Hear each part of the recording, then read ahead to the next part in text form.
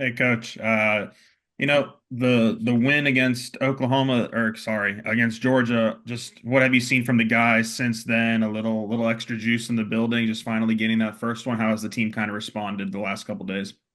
Yeah, anytime you get a win, it feels great. It's a good feeling, obviously. So it was good to see some of the other guys. Carter Knox, I thought was unbelievable in that win. Just how hard he played, how physical he was, and his ability to go to offensive glass and make free throws. So it was good to see some of those guys get an opportunity and then come through in an SEC game. The assist numbers were low. I know that's something we've all kind of written about. Only six, but really only three players dished out assists too. Is that something you've been talking about? Like, not only those numbers need to go up, but you need to get contributions from across the roster, maybe in some ball sharing and everything like that. Yeah, absolutely. Anytime you can share the ball, it's a good thing for your team. We we got to get used to not playing, obviously, with Boogie here. So that makes it a little bit, challenging for the next few days until you can get acclimated to the new lineup. But I think the kids are looking for one another. They're trying to move the ball. They're trying to share the ball. But again, the one thing that really stood out to me was our ability to rebound the ball on the glass, and then our ability to make free throws at the end of the game were incredible. You guys went with Big Z, I think, to close the game, and all the bigs kind of had their moments of impact in the second half. I mean, what was, if you don't mind, what was kind of the decision making and rolling with Z particular there at the end of the game, and what's it like? Just kind of you got these three guys who do such different things, figuring out who is the best night to night against each matchup. Yeah, you mentioned it. All three of them had great moments. Like if you watch the film, which we have, we watched it two or three times. TB was unbelievable on the offensive glass. Defensively, his length, his ability to disrupt. Jonas did the same thing. His length and presence in the posts makes it really, really difficult for for rim protection. And then Z just had a good energy about him. He had a good energy. He allowed us to move the ball a little bit, becomes another facilitator. And I think one of the key moments in that game was at the end of the first half. It just gave us a spark when he hit that three going into halftime. Fudge. Yeah, Coach, you mentioned rebounding there. It was y'all's best offensive rebounding game of the year by far. Just kind of what went into that? We've talked about it obviously throughout the year, and Carter Knox was a big part of it. A dude does an unbelievable job going to the glass, and we asked Carter and the other bigs like, hey, you gotta commit to going to the glass and really trying to put effort into this. And I give Carter a lot of credit and TB, all our bigs, all of those guys. But I mentioned Carter because he's the youngest of the group, and he just for him to go rebound the ball and in the manner that he did, in the moments that he did, it's great to see his development in real time. And speaking of the game tomorrow, just what have y'all seen on film from Oklahoma? Kind of what challenges do they present? They're a good team. They've had some good wins early in the year. I think they beat Arizona early on in the year. I think Georgia Tech they beat early on in the year. If I'm not mistaken, at 14-2. They lost to I think Texas by 4, Texas A&M by 2. So they could very easily be 3-1, maybe even 4-0. So they're a really good team. This is just a unbelievable league. They want to push the ball, get up and down in transition. Their guard plays really, really good. They're going to come in here and be super, super physical, play really, really hard. So it's an SEC game. Anthony. Yeah, you mentioned earlier, playing without Bogey. I know obviously you guys put out the statement that he's out indefinitely. John Rothstein put out a report that he's out for the season. Can you confirm that? Are you guys still expecting him to be back, or what do you? No, I mean, I can't confirm any of that stuff. All I know is we're going day to day, and we know that the surgery went really, really well. And the guys in the locker room are excited that his surgery went well, and those guys are excited about an opportunity to step up, next man up and see what happens. And you mentioned Carter and just his performance against Georgia, just particularly in that second half when he was driving and getting to the free throw line so much. Just what kind of emphasis did you guys tell him to, put on driving, and just how impressive was it to see him, have that? He's such a big kid. He's 6'7", strong, physical, athletic kid. when he drives the ball, he decides to get to the rim. It's hard for people to stay in front of him. And obviously, we saw that the other night against Georgia. He did an unbelievable job of attacking the rim. And then, the second part of that is you can attack the rim and get fouled, but you got to finish the possession off with free throws or a layup. And he finished at the rim and finished with free throws, which was incredible for us and for him. And I know you guys are used to, seeing, high level quality freshmen. Jeremiah Fears for Oklahoma is, among the best in the country. Just what have you guys seen from him on film, and what does he kind of bring to the game that you guys are going to have to deal with? Aggressive driver trying to get downhill, does a great job of probing in the half court and pick and roll action. And for someone his size, does an unbelievable job of finishing at the rim. So we got to try to keep him outside the paint, obviously sprint back and transition, form a wall, and, play really hard, rebound the ball when it goes up and go the other way.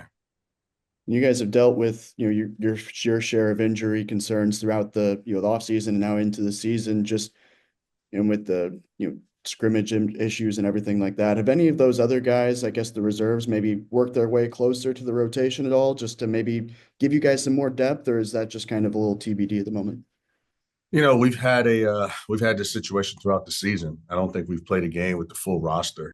So it seems like every other game is someone else is out. Obviously early on in the season, Nelly missed a game or two, and Jonas Adu was banged up a little bit. So we've been able to deal with this throughout the entire year. So it's been the norm this year. It's been the norm. We've been able to just kind of roll with it. That's all for me. Thank you very much. Eric. Coach, at times when we've heard Coach Calipari talk, he's mentioned that this has been kind of a year that's been, frustrating for the players, and I'm sure it's been frustrating for you as well. And he's always mentioning the learning process. But for the coaches, what are the things that you have had to learn this year? What things have you guys had to adjust in order to help things get turned around? Oh, I think, we mentioned 2 seconds ago, some of the injuries we've had throughout the year. It's almost like coaching a new team every 2 weeks. So making adjustments on style of play on the offensive end of the ball, style of play on the defensive end of the ball. So I think that's kind of how it feels, at least for me. Every 2 weeks, you got a new team.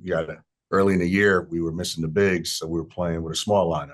Then we got the bigs back, and then we had a few injuries to our guards. So then we start playing with a bigger lineup. So it seems like you've got a brand new team every 2 weeks, every time there's an injury. But, Coach Cal's done an unbelievable job of making those adjustments. And, Georgia a week ago was a top 23. I think they were 23rd in the country. And, they had some unbelievable wins in their own right. And Coach Cal did an unbelievable job in a short window to tweak a few things, make a few adjustments. And for us to win that game without Boogie was unbelievable. So, we're learning every day what our team is capable of doing and how we need to play with the roster that we have right now. Butch. Yeah, going back to Boogie, I saw I think the statement said that he was going to come back and work with y'all's trainers. Has he made it back to Fayetteville yet, or is he still recovering back in New York? He hasn't made it back, but I know he's on his way back here soon. How good is that to have him, even though he's not playing, to have that, on the sideline coaching guys up? I mean, how beneficial is that? Oh, I think it's great for us, but I think it's also great for him. Make sure that he stays engaged and connected and make him feel like he's still a part of something. And the last thing I got is Oklahoma had an open date this week. They've had a full week to prepare for this game. Just how big of an impact do you think that is for them? And then on the flip side of it, y'all get a full week next week. Is y'all looking forward to maybe having an open date? Yeah, I'm not sure. I'm not on their staff, so I don't know how they view it. I know for us, maybe it gives us a day or two to maybe recover and let our bodies rest a little bit and get some rehab, and then also gives us a chance to take a look at film and prepare for the next opponent. But as of right now, we're just locked in on tomorrow night. Jackson. Yeah, one more for me, Chuck. Cal was super impressed with Jonell after the game on Wednesday, and the shooting numbers weren't special, but it did seem like he had a positive impact. What have you seen from watching the film, and what maybe did he do well that even if the shooting wasn't perfect, like you guys are still really happy with his performance? Yeah, Nelly was super active defensively. If you watch the film, he must have had 5 or 6 deflections, maybe 2 steals. And the times where he didn't get a steal, he caused a deflection or the steal for the opponent for a teammate.